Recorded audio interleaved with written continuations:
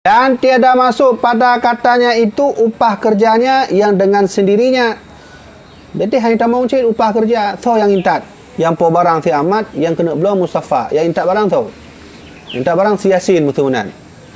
Jadi harga si Yasinnya payah tajuk. Payah dengku. Tapi harus kita yang kasih. Bukan urungnya yang kasih. Ketika getanyo yang kasih, maka sungguh getanyo harus pegang bak Mustafa. Mustafa, inyo harga 20 rupiah, mak ongkos kirim tu Yasin yang kirim. Benar tambah tu 30 rupiah. Ya, mana cara. Jadi batallah jual beli apabila tidak disebutkan yang model lagian dan harus dimenangkan si pembeli. Pembeli harus dimenangkan hukumnya. Pembelaannya harus dimenangkan. Apabila terjadi jual beli harga 20 rupiah truk bak tempat ka 20 rupiah hanya pegang sapu. Ya, hanya bahayanya.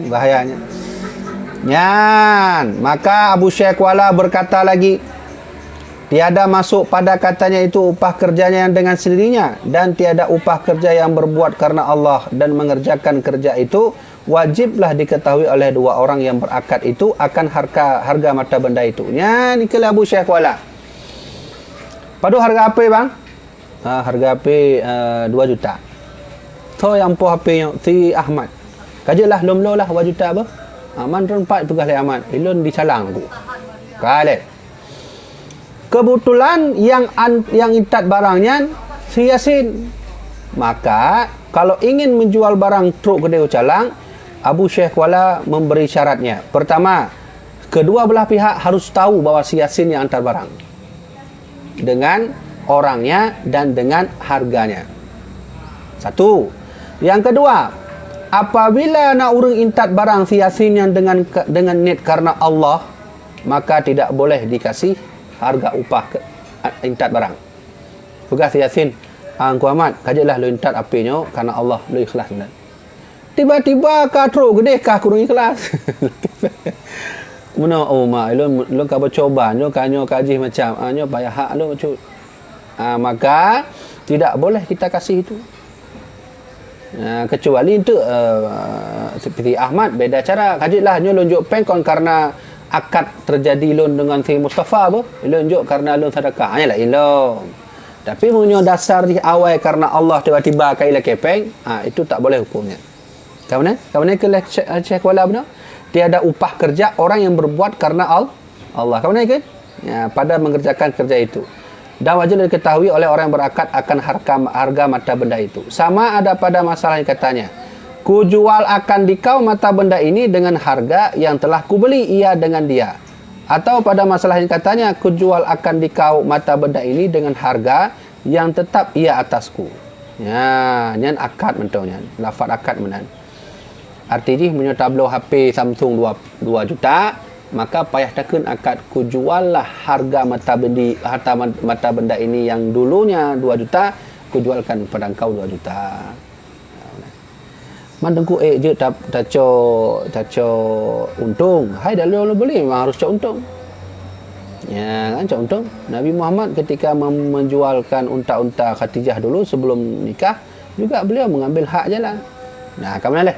Tapi hak jalannya harus terpegah bak pihak pembeli dan sesuai dengan hak jalan yang kalian tentukan. Hak jalan padu 20 rupiah. Kaji pegah 20 rupiah ben Lawinyo kah hana menan ji. Peblo 20 rupiah. Wate tablo kah truk kedeh tempat 25 rupiah. Wate tak telefon bang bakon 25 rupiah. Man roh nak baca iklan PPN. Ni hanja kan. Hanja lagi yang jual beli. Ketika dia naik ke ranah hukum, harus dia dibela si pembeli. Yang mana lagi kan? Nama form hakim? Tak hakim mana-mana ni. Form mengaji syar'anya kan sesungguhnya kitabnya memang harus dipelajari oleh semua hakim-hakim di Indonesia, termasuk yang di Aceh.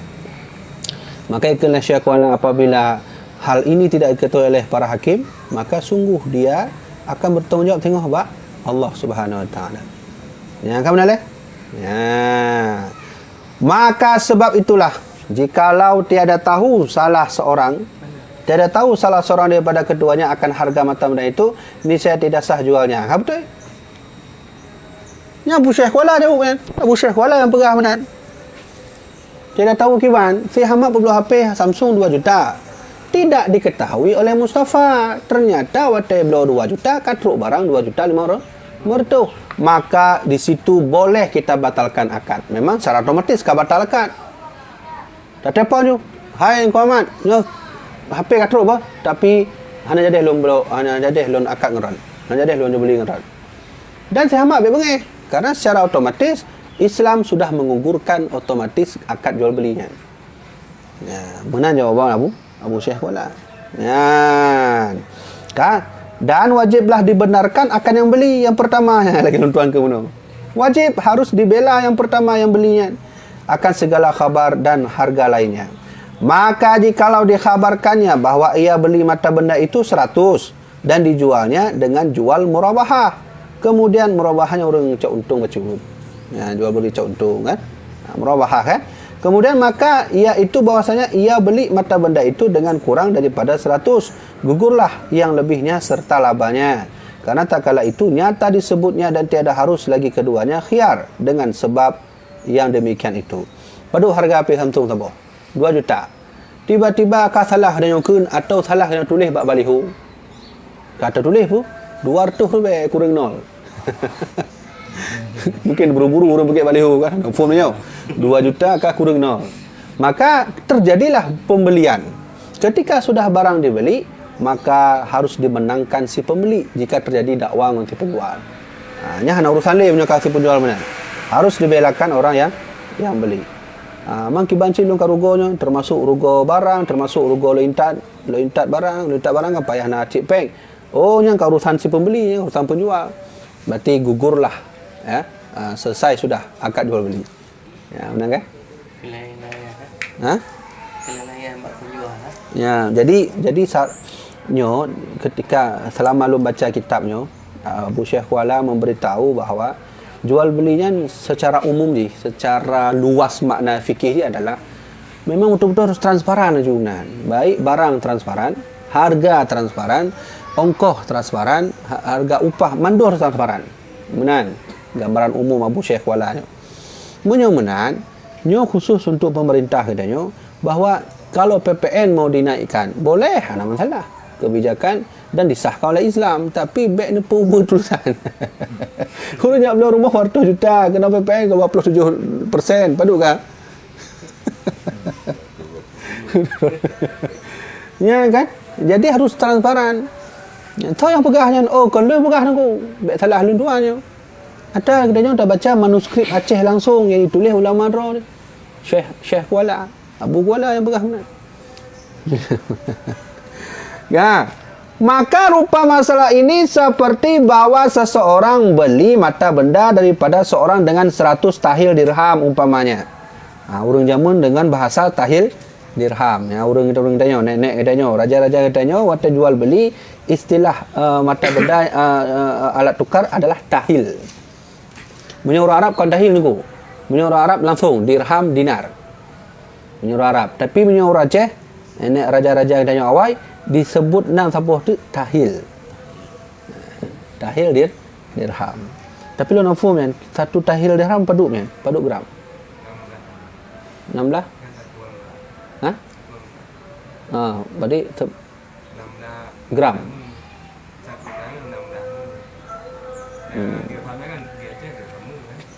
Ya. 0,6 gram. Sabuh mu. Satu tahil 16 0,6 kali 16. Oh, benar. Tahil dirham. Benar? Kale. Jadi punah kasus sungguh mana doktor baca. Kemudian dikatanya pada seorang yang lain bahawa kujual akan dikau mata benda ini dengan harga yang telah kubeli ia dengan ia serta membeli laba pada tiap-tiap 10 dari 11 kemudian. Maka nyata dibelinya dengan harga 90 tahil dirham juga, maka tak kala itu tidaklah wajib atas yang beli melainkan 99 jua. Benar. Jadi terjadilah kurang 10 dari 100 tahil dirham, ketika dijual sudah berkurang 10. Ya, mungkin nak perlu buah kasus nak kan? Dan kali pugah lah si Ahmad. Hai, ilun teringat lun hana lumpuh orang. Teringat lun 100 tahil dirham. Seingat lun 100 tahil dirham. Cuma untuk bakal kurang kita, memang si pembeli harus menaikkannya, harus 99 dirham. Ya, benar. Nah, jadi tak ada itu. Soal, jika bertanya seseorang, apa hukum jikalau dikhabarkan oleh yang menjual bahwa ia beli mata benda itu dengan harga 100 dirham. Kemudian maka dikatanya pula bahwa ia beli mata benda itu lebih dari 100 dirham. Serta ia mendakwanya bahwa katanya yang pertama itu malah dua. Adakah sebenarnya itu atau tiada? Oh, nyo nak dakwa bacuknya. Nak dakwa kiban yang menjual dia membeli mata benda 100 dirham. Ya. Kemudian yang beli itu lebih 100 dirham. Kaileh. Mesti contoh si Ahmad lah. Si Ahmad dia beli HP 2 juta. Beli HP ka kurang HP. Maka pun beli lah bagus. Kau net dengan harga 2 juta. Kaileh. Pula Mustafa pihak pembeli. Pihak pembeli kita kena belah hai. Dan kena belah HP ya. Dan kalau buat Facebook nak belah HP nah. Kajut. Padu belah 2 juta mertu. Ya, kau nak benar padu belah oleh si Ahmad benar. 2 juta. Waktu belah si Mustafa ka 2 juta mertu. Tu lebih dakwah kan. Hai dakwah mungkin pakai-pakai kadang-kadang tu mah hajat menan tu nyo 2 juta sebenarnya kalau 2 juta mertu karena Samsung lagi nyo hanali Samsung lagi awal terserahlah terjadi dakwah sudah. Dan kalau orang tiga cara wahai Abu Syahwala dijawab oleh Abu Syahwala. Jika dibenarkan oleh yang beli akan dia niscaya sah perniagaannya dengan 102. Berarti harus bela si pembeli jika terjadi jual beli harga Samsung 2 juta. Padu yang pembeli oleh si Ahmad benar 2 juta.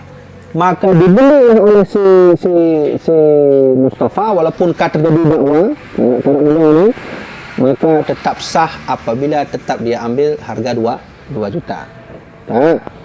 Tetapi harus lagi yang menjual itu khiyar dan tiada lagi bagi yang beli khiyar. Dan jika tiada yang dibenarkan oleh yang beli maka dalamnya ada bicara. Maka jika tiada nyatakannya lagi galatnya itu wajah yang muhtamal ni saya tiada dikabulkan katanya dan tiada terima saksinya dan jika dinyatakan bagi galatnya itu wajah yang muhtamal seperti bahawa dikatanya telah kulihat pada depanku bahawa tersalah penglihatanku daripada suatu harga mata dengan harga mata benda kepada suatu yang lain ni saya didengarkanlah saksinya akan bahawa harga itu 100 dan harus baginya menyuruh yang beli bersumpah pada dua masalah ini akan bahawa ia tiada tahu akan perkara itu. Oh, nya kawati kasus orang salah dengar. Ya, ni kan lagi kan. Tapi pegah lah si pembeli kau betul dia 100 dirham. Dia pegah penjual. Tok lah si pembeli sangkon 100 dirham. Awal waktu lom-lomnya tengok lun orang pegah kurang 20 dirham. Nyo masalah dia adalah salah dengar. Atau salah kalan bak baliho. Karena mungkin motor, kebetulan motor Ford kan bagah bacui je. Kemudian alun baliho han kalan, anda kalan. Ternyata nol jikanya. Yang lagi-lagi yang tengku bagaimana caranya itu? Caranya Abu Syahwala memberi jawaban, apabila bersumpahlah ia niscaya dilakukannya lah perniagaannya. Harus sumpah dia. Sumpah kiban, mana? Dah waktu kalau lumpuh belo 100 dirham. Betul dong apa nak anda kalat? Betul-betul mungkin ya tua mungkin minat. Acik jawab tiga oleh dengan bersumpah. Maka dia bersumpah, saya bersumpah bahawa saya betul-betul lupa atau saya bersumpah bahawa saya betul-betul mengingat anda bilang 90 dirham bukan 100 dirham. Gimana cara menyelesaikan masalah lagi? Harus bersumpah. Ya, kamu ni? Punya bersumpah kiban. Punya bersumpah berarti dibenarkan si pembeli. Hai barang kana beli kiban. Kaje berarti pembeli. Penjual berarti tidak boleh ambilkan lagi barangnya. Ya. Dan apabila tiada ia mau bersumpah, niscaya ditolakkan sumpah itu kepada yang menjual. Maka bersumpahlah yang menjual. Jino yang menjual yang bersumpah. Ya, akan bahwasanya harga mata benda itu lebih 100 dirham. Maka tak kala itu haruslah bagi yang beli khiyar. Si pembeli bersumpah. maka jino yang menjual bersumpah. Kaileh Ahmad, don yang menjual, tumpah dia tiga. Saya bersumpah bahawa ketika saya mengiklankan HP ini dengan 100 tahil dirham kepada Mustafa adalah benar. Kau bersumpah. Man si Mustafa kau bersumpah sih. Bandua kau bersumpah, maka cara menyelesaikannya balik khiyar. Khiyarnya artinya kembali bak akad khiyar. Khiyar akad khiyar mana? Kajilah tanya sama-sama kamu bersumpah mana? Khiyar katanya. Gimana khiyar? Nyo HP. Pilih beli jadi atau tidak. Harga begini jadi atau tidak. Kurang sedikit atau tidak. Hanya khiyar aja. Khiyarnya terserah nanti. Baik. Khiyarnya bahasa katanya orang awam ya, pilih harga kembali. Opsi kembali harganya. Atau jadi beli yang khiyar. Jadi atau tidak. Itu disebut khiyar. Harganya kurang atau tidak. Disebut khiyar. Pulang. Ditempokan atau tidak. Tempo saja. Kajilah toke atau roncok. Itu khiyar. Khiyarnya jual beli memilih dengan pilihan tertentu. Baik satu barang punya banyak pilihan atau banyak barang punya banyak pilihan. Itu disebut khiyar namanya. Kapan truk khiyarnya? Apabila kamu mendakwa dua-dua dan sudah bersumpah. Habis masalah. Berarti akad ulang. Akad ulang, tapi sistem khiyar. Menje. Sistem khiyar. Yang baik terpaksa rumah hanjuk dengku. Belonyo atalonyo nu karugo. Oh hanjuk dengku. Hanya sah khiyar. Tak boleh. Itu bukan khiyar namanya. Khiyar ini bisa dibaca apabila sudah melalui sumpah si penjual dan Si pembeli ketika terjadi dakwa baru juk khiyar. Yang baik dia terpaksa haji hanjuk. Nya lagi-lagi orang yang mufum oleh hakim. Nya hana mufum berarti bahaya je. Si hukum sumpah ni wajib. Wajib ya. Wajib apabila kamu dakwa. Hukum sumpahnya wajib. Wajib hukum je. Ya benar. Berarti ikatan hukum juga Pak tumpah mana? Bak sumpah. Tapi yang pakai saksi. Mana saksi? Bak suci benar. Yang si pembeli waktu belinya nyan hana saksi hana pusi. Artinya ketika melakukan sumpah hana payah tahu saksi. Karena dengan sumpahnya sudah memada dengan segala saksi. Tahu saksi Allah Subhanahu Wa Taala. Tak bercukur. Kenapa saksi? Ya benar. Ya, kau dah. Alhamdulillah kerana ilmu dia berubah orangnya langsung tak cok dari ulama dia Abu Syekh Kuala.